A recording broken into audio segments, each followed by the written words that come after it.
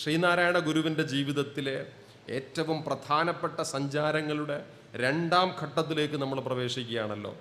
ഇപ്പോൾ വാരാണപ്പള്ളിയിൽ നിന്ന് തിരിച്ചു വരുന്ന ആ രക്താതിസാരത്തിൻ്റെ യാത്രയെ നമുക്ക് കേവലമായി പറഞ്ഞു പോകാം. പക്ഷേ ഗുരുവിൻ്റെ ജീവിതത്തെ നിർണായകമായി സ്വാധീനിച്ച രണ്ട് പ്രധാനപ്പെട്ട പാതകൾ വളരെ പ്രധാനമാണ്. അതിലൊന്ന് അദ്ദേഹം അരുവിപ്പുറത്തേക്ക് നടത്തിയ യാത്രയാണ്. ആ യാത്ര ഗുരു ആദ്യം നടത്തുന്നത് ചെമ്പഴന്തിയിൽ നിന്ന് പുലിവാതിൽക്കൽ കുടുംബക്കാർ എന്ന ബന്ധുക്കൾ അദ്ദേഹത്തെ ആദ്യം അരുവിപ്പുറത്തേക്ക് വിളിച്ചുകൊണ്ട് പോകുമ്പോഴാണ്. പുലിവാതിൽക്കൽ കുടുംബക്കാരുടെ വീട്ടിലെ താമസക്കാരനായി കുറച്ച് ദിവസം അവിടെ കഴിയുമ്പോൾ തന്നെ അദ്ദേഹം കൊടിതൂക്കിമലയുടെ സ്ഥാനം കണ്ടുപിടിച്ചു എന്നാണ് ഞാൻ മനസ്സിലാക്കുന്നത്. പുലിവാതിൽക്കൽ എന്ന പേര് തന്നെ പുലിവാതിൽക്കൽ എത്തി എന്നുള്ളതായിരിക്കും. പുറത്തിറങ്ങിയാൽ പുലി. അങ്ങനെ പുലികൾ നിറഞ്ഞ ഒരു സ്ഥലത്ത് ബന്ധുവായി എത്തിച്ചേരുന്ന ഗുരു നാണു അവിടെ ഈ മല കണ്ടുപിടിക്കുന്നു, ഈ അരുവിയുടെ ശബ്ദം കണ്ടുപിടിക്കുന്നു, തപസ്സിരിക്കാൻ പറ്റുന്ന ഗുഹ മനസ്സിൽ ഉറപ്പിച്ചു വയ്ക്കുന്നു. പക്ഷെ ശ്രദ്ധിക്കേണ്ട കാര്യം, തൻ്റെ ആദ്യ യാത്രയിൽ ഗുരു ഈ മലയിൽ തപസ്സിരിക്കുകയോ ഗുഹയിൽ ധ്യാനനിരതനായിരിക്കുകയോ ഈ പുഴയിൽ നിന്ന് പിൽക്കാല ഭാരത ചരിത്രത്തെ തന്നെ നിർണായകമായി സ്വാധീനിച്ച ആ ശിലാവിഗ്രഹത്തെ കണ്ടെടുക്കുകയോ ചെയ്യുന്നില്ല. അദ്ദേഹം തിരിച്ചു വരികയാണ് ചെയ്യുന്നത്. ഒരുപക്ഷെ ഈ സ്ഥലം അദ്ദേഹത്തിൻ്റെ മനനത്തിൻ്റെ അസാധാരണമായ ഒരു പ്രതീകമായി ഉള്ളിൽ ഉറപ്പിച്ചിട്ടായിരിക്കാം അദ്ദേഹം തിരിച്ചു വന്നത്. ഈ സ്ഥലത്തേക്ക് രണ്ടാമത് പോകാൻ, അരുവിപ്പുറത്തേക്ക് രണ്ടാമത് ചെല്ലാൻ ഗുരുവിനെ പ്രേരിപ്പിക്കുന്ന ഏറ്റവും പ്രധാനപ്പെട്ട ആത്മീയ പരീക്ഷണം നടന്ന സ്ഥലം മരുത്വാമലയാണ്. അതുകൊണ്ടാണ് മരുത്വാമലയിലേക്ക് കയറിയ ഹാങ് ഓവർ ഇന്ന് ഞാൻ ഇന്നും വിട്ടിട്ടില്ല. ഞാൻ ആലോചിക്കുകയാണ്, ഇന്നിപ്പോൾ ഇത്രയും സൗകര്യമുണ്ട്, കാറിൽ ചെന്നിട്ട് മരുത്വാമലേൻ്റെ താഴെ ചെന്ന് നിർത്താം. അന്ന് നമ്മുടെ അവിടെ സംസാരിച്ചപ്പോൾ ഞാൻ പറഞ്ഞല്ലോ, ഈ കട്ടുക്കൊടി എന്ന ചെടി ഗുരു വെള്ളത്തിൽ കലക്കി അതിനെ അപ്പത്തിൻ്റെ പരുവത്തിലൊക്കെ ആക്കി കഴിക്കുന്നതിനെ കുറിച്ച്. അതെങ്ങനെ കഴിക്കാമെന്നുള്ളതാണ് ഇപ്പോൾ എൻ്റെ അന്വേഷണം. പക്ഷെ ഗുരു കഴിച്ചതുപോലെ കഴിക്കണമെങ്കിൽ ഗുരു ഇരുന്ന അത്രയും ദിവസം നാം പിള്ളത്തടത്തിൽ ധ്യാനനിരതരായിരിക്കണം. നമുക്ക് കൂട്ടായി ഒരാളും ഉണ്ടായിരിക്കാൻ പാടില്ല. ഇനി കൂട്ട് വേണമെന്ന് തോന്നുന്നുണ്ടെങ്കിൽ ഒരു പാമ്പിനെയോ പുലിയോ കൂട്ടായി കൊണ്ടുവരാം.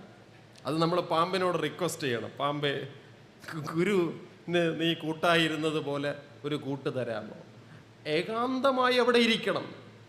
ഏകാന്തമായി അവിടെ ഇരിക്കാനുള്ള ധൈര്യം എനിക്കില്ലാത്തത് കൊണ്ട് ഞാൻ പകൽ സമയം കയറുന്നു, പകൽ പിള്ളത്തടത്തിലിരിക്കുന്നു, പകൽ പിള്ളത്തടത്തിലിരുന്ന് സമുദ്രത്തെ കാണുന്നു. പക്ഷേ അവിടെ ഇരുന്നാണ് ഒരുപക്ഷെ ശ്രീനാരായണ ഗുരു തൻ്റെ അദ്വൈത ചിന്താമണ്ഡലത്തിൻ്റെ ശരീരത്തെ വികസിപ്പിച്ചെടുത്തത് എന്നതാണ് പ്രധാനപ്പെട്ട കാര്യം. അതിന് കുറച്ച് നമ്മൾ ഫിലോസഫി സംസാരിക്കേണ്ടി വരും. ശങ്കരാചാര്യ സ്വാമികളെ തന്നെ ഉദ്ധരിക്കാം. ബ്രഹ്മത്തിൽ നിന്ന് ഒറ്റപ്പെട്ടുള്ള അസ്തിത്വം ഒരിക്കലും ഈ വിശ്വത്തിനില്ല. എല്ലാം ബ്രഹ്മം തന്നെ. വിശ്വത്തെയും ബ്രഹ്മത്തെയും ഒന്നിച്ച് ദർശിക്കണം. വിശ്വവും ബ്രഹ്മവും ഒന്നാകുന്നു.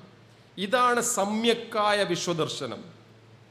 ഈ സമ്യക്കായ വിശ്വദർശനത്തിൻ്റെ അലയൊലികൾ സത്യത്തിൽ വാരാണപ്പള്ളിയിലെ കാലത്ത് തന്നെ ഗുരുവിലുണ്ട്.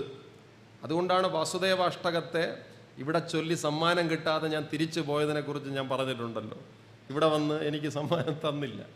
ഞാനിപ്പോൾ നിരന്തരമായി ഇവിടെ സംസാരിക്കുന്നുണ്ടല്ലോ. അപ്പോൾ ഗുരു എനിക്ക് തരുന്ന സമ്മാനത്തിൻ്റെ അളവ് ആലോചിച്ച് നോക്ക്. അതാ ഞാൻ പറഞ്ഞത്, അന്ന് 1000 രൂപ എനിക്ക് തന്നിരുന്നെങ്കിൽ ഞാനിതൊന്നും പഠിക്കത്തില്ല. ആ 1000 രൂപയും കൊണ്ട് ഞാൻ പോയി, ഞാൻ ദൂർത്തടിച്ച് ഞാൻ വേറൊരു വഴിക്ക് അങ്ങ് പോയനെ. അപ്പോൾ എനിക്ക് 1000 രൂപ കിട്ടരുത് എന്നുള്ളതാണ് ഗുരുവിൻ്റെ ആഗ്രഹം. കിട്ടാതിരിക്കുമ്പോൾ നീ വിശ്വവും ബ്രഹ്മവും തമ്മിൽ അകലമില്ലെന്നും അതൊന്നാണെന്നും പഠിക്കുമെന്ന ബോധ്യം ചെമ്പഴന്തിയിൽ വെച്ച് തന്നെ ശ്രീനാരായണൻ തന്നു എന്നുള്ള അർത്ഥത്തിലാണ് ഞാൻ പറയുന്നത്.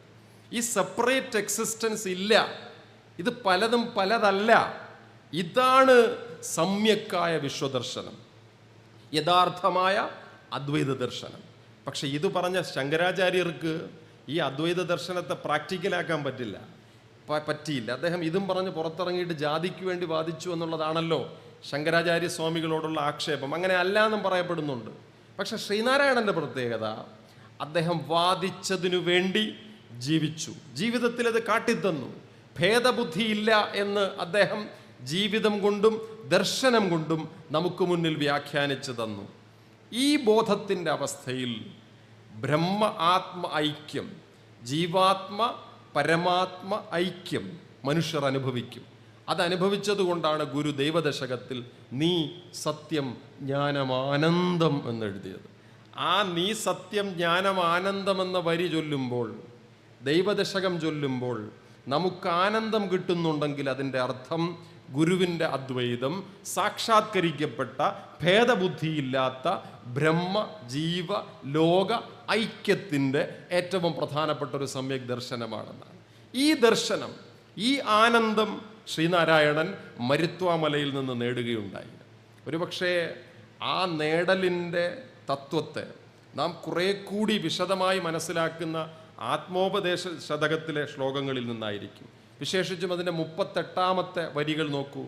പലവിധമായി അറിയുന്നത് അന്യ, ഒന്നായി വിലസുവതാം സമ, എന്നു മേലിലോതും നിലയെ അറിഞ്ഞു നിവർന്ന്. ഇപ്പം അറിയുമ്പോൾ നമ്മൾ നിവരും. ഇത് നമ്മൾ പലപ്പോഴും ഈ ക്ലാസ്സിൽ കുട്ടികളോട് പറയാറുണ്ട്, ദയവേത് അധ്യാപകൻ ക്ലാസ് എടുക്കുമ്പോൾ വളഞ്ഞിരുന്ന് കേൾക്കരുത്, നിവർന്നിരിക്കണം. വളഞ്ഞിരുന്നാലുള്ളൊരു പ്രശ്നം, പെട്ടെന്ന് ഉറക്കം വരും. നിവർന്നിരിക്കണം. അപ്പോൾ പിള്ളത്തടത്തിലിരിക്കുമ്പോഴും ഗുരു നിവർന്നിരുന്നതായി നമ്മൾ സങ്കല്പിക്കണം. അപ്പം നമ്മൾ നിവർന്നിരിക്കുക. പക്ഷെ വിവേകാനന്ദ സ്വാമികളുടെയൊക്കെ ചിത്രത്തിൽ കണ്ടിട്ടില്ലേ, നിവർന്ന് ശിരസ്സുയർത്തി. അത് സത്യത്തിൽ ഇത് ഉത്തിഷ്ഠത ജാഗ്രത എന്ന് പറയുമ്പം വളയരുത്. ശരീരം വളയുന്നില്ല, ശ്രദ്ധിച്ചാലറിയാം. ഉത്തിഷ്ഠത ജാഗ്രത.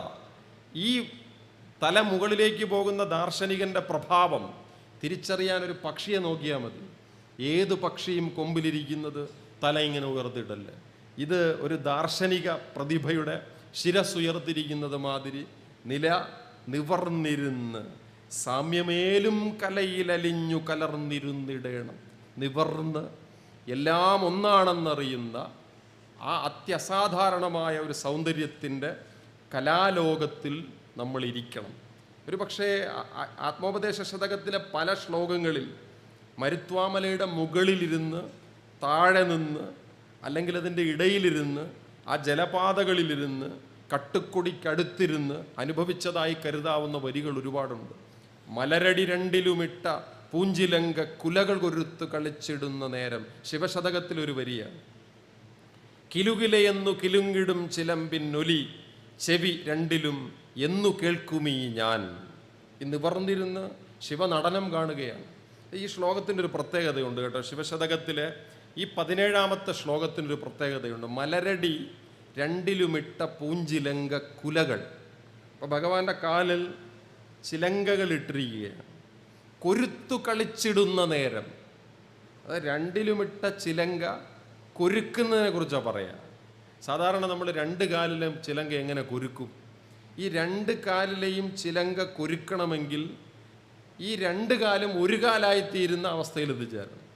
നർത്തനത്തിൻ്റെ ഏതോ മധ്യത്തിൽ കാലുകൾ തമ്മിലുള്ള ഭേദമില്ലാതായി തീരുമെന്നാണ്. ഇത് കൊരുത്ത് കളിക്കുന്ന ആ ചിലങ്കയുടെ ഏകാത്മകമായ ശബ്ദത്തെ എനിക്ക് കേൾക്കാൻ പറ്റണം. നോക്കൂ, ഈ ദ്വൈതത്തെ നിരാകരിക്കുന്ന അദ്വൈതത്തിൻ്റെ സൂക്ഷ്മമായ ബോധം ശിവശതകത്തിൽ പ്രവർത്തിക്കുന്ന സൗന്ദര്യത്തെക്കുറിച്ചാണ് പറയുന്നത്. ഇത് നമ്മൾ ശ്രദ്ധിച്ച് കൃതികളിലേക്ക് പോകണം. ഗുരു സഞ്ചരിച്ച വഴികളിൽ ശ്രദ്ധിച്ചിരിക്കണം. ഇരിക്കുമ്പോഴാണ് ഈ തരത്തിലുള്ള വെളിച്ചങ്ങൾ നമുക്ക് മനസ്സിലാക്കാൻ പറ്റുക.